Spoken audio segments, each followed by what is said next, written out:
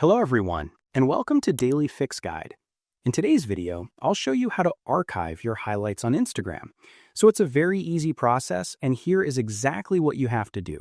So just simply open your Instagram account.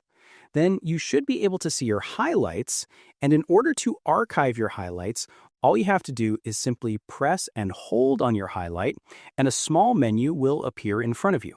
Now all you do is just simply click on Delete Highlight.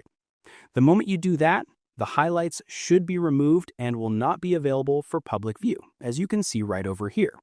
Now, if you want to bring the highlight back, all you do is just simply go to the three lines at the top right, then just simply go to your activity, then just simply go to archived, and right away you should be able to see all the archive details, and just simply go to the highlight section, and you should be able to see your highlight that you have archived.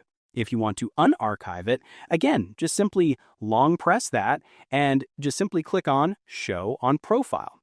And if you want to delete the highlight, you can also do that, or you can also edit the highlight. It's totally up to you.